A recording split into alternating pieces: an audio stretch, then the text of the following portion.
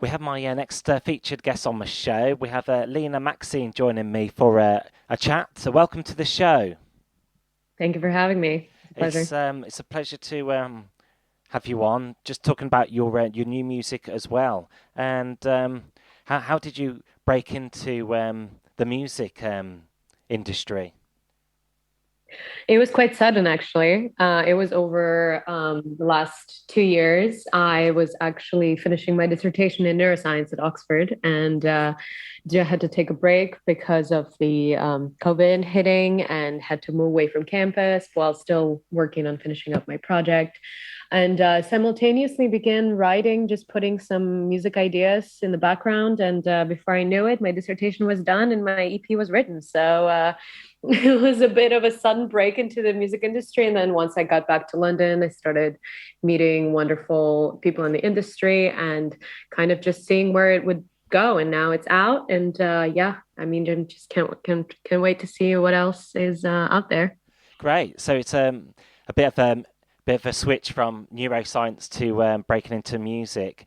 You know, when you're in university, were you always doing music at college, like in between or university? Yeah, I mean, music has always been a big part of my life from growing up, just kind of dabbling into instruments. And then in college, I was in a jazz band. And it was kind of naturally a path that it was very dear to my heart. And then in neuroscience, actually, a few projects that I took on and some of the seminars were related to music. So, like how we process music emotionally and how certain aspects of music are encoded differently, like pitch and timbre and different frequencies. So yeah, it's quite a an exciting subject. I feel like I have yet to learn so much more, and yeah. And the genre of music, is it classed as rock alternative bracket umbrella? Yeah, I think it falls somewhere under this modern rock sound. I think there's this big splash now with kind of references to old school rock while also using new modern technologies and modern instruments to kind of, but while also staying true to the live aspect of rock music and expression. So I think it does fall under some elements of rock. I definitely think it definitely also has the pop element.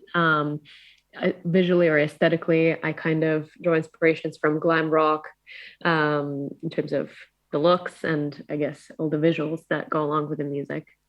And your lyrics to your songs as well, are they quite enigmatic? Do they have a kind of mystery to them? Oh, I love that you say that. I think so. I That's exactly what I'm going for. I love, brain teasers. I love different puzzles, different riddles and things. So I thought it would be fun to create something that sounds melodic, but while also kind of prompting the listener, I guess, at times. Hence the "you gotta let that man go," which is also a metaphor for a overripe fruit that needs to be, it's used to be juicy, used to be good, and now you just need to let it go because it's done. And speaking of fruit as well, your new single Mango as well. What inspired you to write a song about a juicy tropical fruit? Well, it is, it is about the fruit, but it's more so about a relationship that's a bit overripe and it's no longer fruitful for any of the parties involved. And I think there's simple truth to all the puns and you know phraseologisms. Is that the word? Like, kind of words or phrases that people say and been saying for quite some time. There's innate inherent truth to that, and through focusing on something as simple as, a little dad joke of like something along the lines of, if he doesn't like your free jokes, you've got to let that man go, which is mango. I see. I I thought I'd offer a little piece of advice to whoever needs to hear it, who's in that position of, they're unsure if there's what to do, but deep down they already know that, they need to move on and close that chapter to enable a new one to begin. Releasing a single Mango as well, accompanying it is an EP as well called Mind Games as well. Features 4 or 5 tracks on there. Yeah, it's 6 tracks. It's my first EP, my first body of work. It's out now. And yeah, in line with what I've just said with Brain Teasers and Puzzles, Mind Games is the name of the EP. And there are different sort of little worlds in my mind, little situations where either a strong emotion was evoked or wanted to say something. So I'm sure everybody once in a while kind of goes through some of these mind games. And going back to Mango, is there a music video to accompany the release as well? Yes, it's out now. It's on YouTube. It was directed by and executed by the wonderful Roisin, who is London local, and she's a total wizard of her art. Everything from details of the shoot to final cuts. Super grateful to have worked with her.